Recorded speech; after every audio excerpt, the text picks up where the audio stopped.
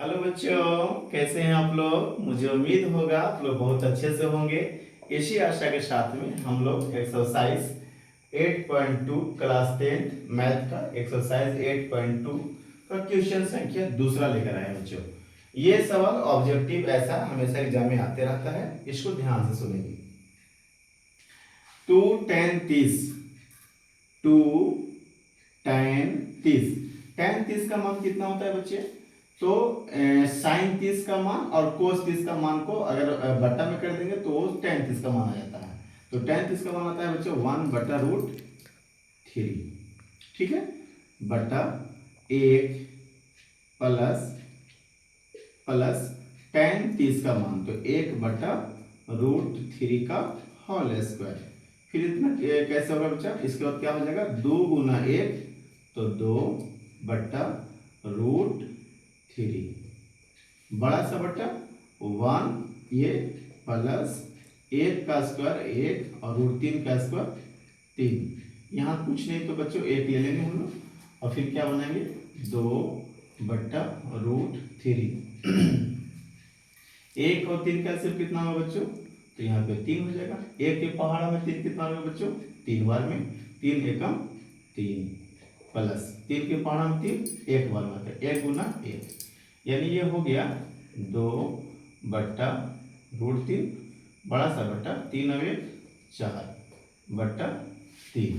अब ये हो गया ना, 4 फॉर्म में हो गया ABCD। जब ये 4 ताला मकान टाइप के होता है तो इसको हम लोग बदलते हैं ऐसे बच्चों कि 2/√3, इसको हम यहाँ लिख दिया और नीचे वाला को ऐसे घुमा के लिखते हैं। ऐसे घुमा के लिखते मतलब कि नीचे वाला पार्ट्स को ऊपर कर देते हैं, यानी 3/4। तो 2 के पहाड़ा में 4 कट जाएगा 2 बार में और √3 से कट जाएगा 3 बार में, यानी हमारा हो गया बच्चों √3/2।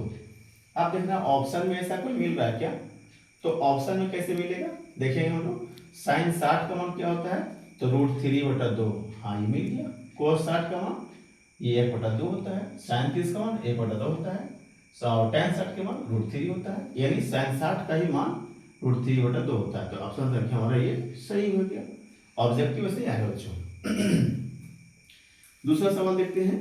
1 - tan² 45, तो यहाँ पे कैसे बनेंगे बच्चों, एक यहाँ पर लिख लेंगे माइनस tan 45 का मान होता है 1 और 1 का स्क्वायर करने पर क्या आएगा बच्चों 1/1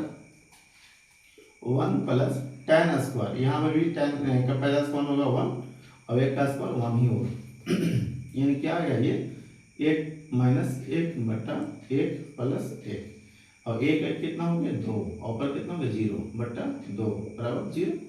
तो 0 देखना है इसमें कौन सा है, tan 90 का मान क्या होगा, ये होगा ये होगा ये होगा। यहाँ tan 90 का मान बोल रहा है तो इसको करके देखेंगे हम लोग sin 90/cos 90। sin 90 का मान कितना होता है बच्चों 1 और 1 और cos का मान क्या होता है बच्चों 0, यानी इसका आंसर हो जाएगा 1/0 को बोलते हैं हम लोग बच्चों इन्फिनाइट। तो इसका इन्फिनाइट बात बोल रहा है तो ये तो नहीं हो सकता, यहाँ तो 0 है तो ये भी नहीं होगा। sin 50 का मान होता है बच्चों 1/√2, ये भी नहीं होगा, अर्थात हमारा आंसर डी होगा। थैंक यू बच्चे।